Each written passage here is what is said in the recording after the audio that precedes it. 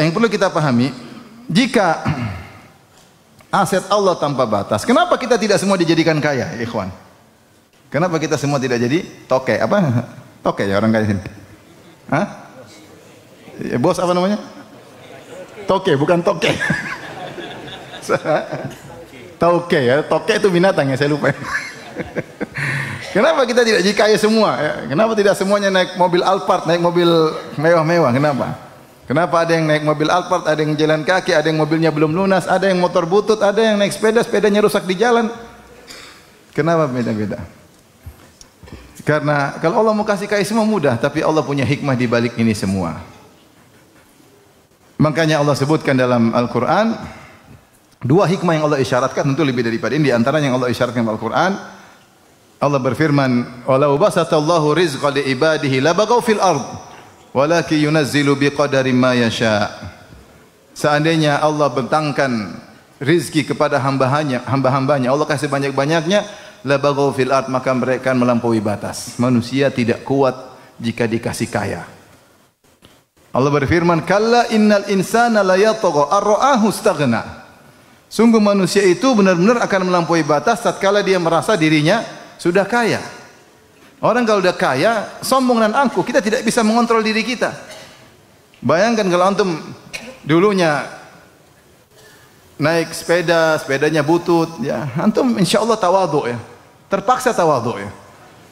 Tapi kalau antum naik mobil misalnya harganya 5 miliar, susah tawadhu, susah. Apalagi antum naik mobil sambil kacanya dibuka, waduh susah untuk apa? Tawadhu. Manusia berat, manusia tidak bisa mengontrol hatinya. Dia bilang saya kaya tapi saya tawadhu, susah. Maka dia mentang-mentang, maka dia melampaui batas, itu sifat manusia. Allah mengatakan kalau Allah bentangkan rezeki kepada mereka, la baghaw fil ard, maka mereka akan melampaui batas. Walaki yunazzilu biqadarin ma yasha. Tapi Allah turunkan dengan kadar yang Allah kehendaki. Kita serah Allah Subhanahu wa taala. Wa in min syai'in illa indana khazainuh wa ma nunazziluhu illa biqadarin ma'lum. Sungguhnya setiap perkara kami punya asetnya, apapun Allah punya. Mau emas, mau perak, mau harta, apapun Allah punya. Wa ma nunazziluhu illa biqadarin ma'lum. Namun kami tidak turunkan kecuali dengan kadar yang Allah kehendaki. Jadi di antara hikmah pertama, Allah tidak jadikan semua orang kaya karena kekayaan menjadikan orang bisa melampaui batas. Ini kenyataan yang terjadi.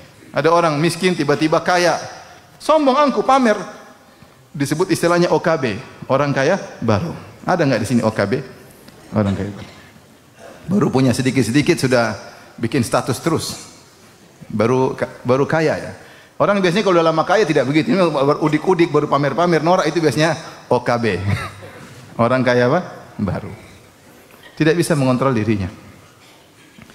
Hikmah yang kedua yang diantaranya Allah isyaratkan bahwasanya dunia ini adalah dunia tempat ujian dan Allah Subhanahu wa taala menjalankan roda kehidupan dengan sistem yang ada, itu ada yang kaya dan yang miskin. Kalau semua kaya enggak akan jalan kehidupan di atas muka bumi ini. Kalau semuanya miskin juga tidak akan berjalan. Siapa yang memerintah, siapa diperintah. Makanya ada yang ditakdirkan sebagai si kaya dan ada yang ditakdirkan sebagai si miskin. Kata Allah Subhanahu wa taala, "Ahum yaqsimuna rahmata rabbik. Nahnu qasamna bainahum ma'isyatahum fil hayatid dunya wa rafa'na ba'dahum fawqa ba'dhin darajat liyattakhidha ba'dhum ba'dhan sukhriya." Kata Allah Subhanahu wa taala, kami yang mengatur di antara mereka kehidupan mereka, rezeki mereka, dan kami jadikan sebagian mereka lebih tinggi daripada sebagian yang lain dalam urusan rezeki. Buat apa? Liyattakhidha ba'dhum ba'dhan sukhriya, agar sebagian yang lain sebagian bisa menggunakan sebagian yang lain. Ada yang memerintah, ada yang diperintah. Masing-masing ada ujiannya. Ya. Ada yang kaya dengan ujiannya, yang miskin juga dengan ujiannya. Sehingga kalau orang bertanya, kenapa kita tidak semua kaya? Enggak, karena dunia ini ujian. Nanti kalau mau kaya semuanya di surga. Semua kaya, Allah ciptakan pelayan-pelayan, Allah apapun diminta akan dikabulkan, itu di alam lain. Sementara di dunia ini Allah ciptakan untuk apa? Ibtila, untuk menguji kita. Untuk menguji kita. Makanya Nabi mengatakan, "Inna dunya hulwatun hadirah." Sungguhnya dunia itu manis dan hijau. Wa inna Allah mustakhlifukum fiha fayanzura kaifa ta'malun. Dan Allah menjadikan kalian berkuasa di atas muka bumi untuk melihat bagaimana kalian beramal. Itu untuk diuji. Untuk diuji.